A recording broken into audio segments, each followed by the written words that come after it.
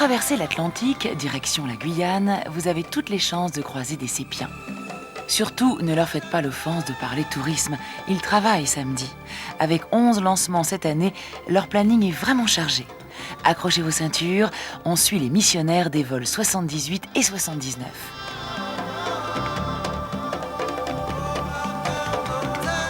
Que l'on se rassure, la Guyane, ce n'est plus le bagne. Ici, chacun est accueilli dès son arrivée dans le tout nouvel établissement SEP. L'antenne SEP s'est transformée en établissement depuis le 1er juillet 1995.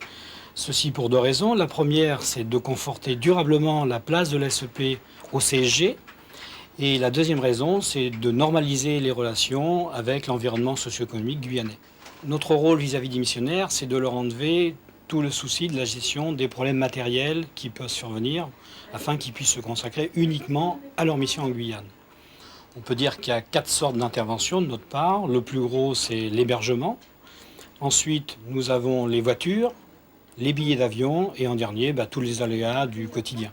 Une fois installé, il faut connaître sa mission. Pour cela, adressez-vous aux pilotes, les responsables campagne moteur, les RCM. Sur le plan technique, le RCM, avec ses équipes, représente le savoir-faire de la SEP à Kourou. Mon travail est avant tout un travail d'animation, de management de l'équipe qui intervient sur le lanceur. L'équipe de lancement est constituée d'une trentaine de personnes. Elle varie en fonction de la version du lanceur. Pour une 42L vol 78, elle est composée de 30 personnes. À quelques jours du décollage, une grande partie de l'équipe de ce 78e vol est rentrée à Vernon. Elle a croisé les missionnaires du vol 79 qui se préparent au travail à la Boquette SEP. Alors la Boquette, c'est un peu le quartier général des missionnaires sur l'assistance technique Ariane 4. On assure la gestion des outillages. Pour un monteur, lui c'est simple, hein, il arrive, son matériel est déjà prêt. Il a son casque à son nom, sa valise à son nom. J'ai contrôlé mon mamelon porte-membrane pendant La Boquette, pour nous, c'est l'endroit où on se rencontre le matin, après les opérations, on discute de notre journée. C'est un petit peu notre maison familiale. Après la maison, le travail. Au premier jour de la campagne, tout démarre très vite. Ici, les sépiens travaillent au coude à coude avec tous les industriels d'Ariane. Un seul objectif, assurer la date de lancement fixée par Ariane Espace. Actuellement, c'est le lanceur Vol 79 qui est devant vous.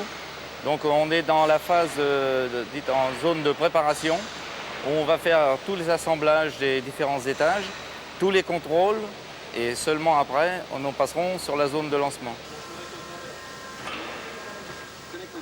Le rôle de l'équipe qui intervient sur les moteurs Viking, c'est d'assurer les derniers contrôles après le transport du lanceur de la France à Kourou, d'assurer les raccordements du lanceur à la table et d'effectuer des tests d'étanchéité pour voir s'il ne s'est rien passé pendant le transport. Et ça, c'est beaucoup d'opérations. Sur Ariane, on trouve des sépiens à tous les étages.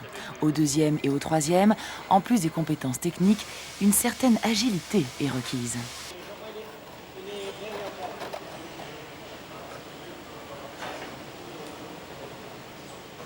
Ici en Guyane, nous travaillons principalement sur le raccordement des plaques à clapet O2 H2 et sur les étanchéités moteurs.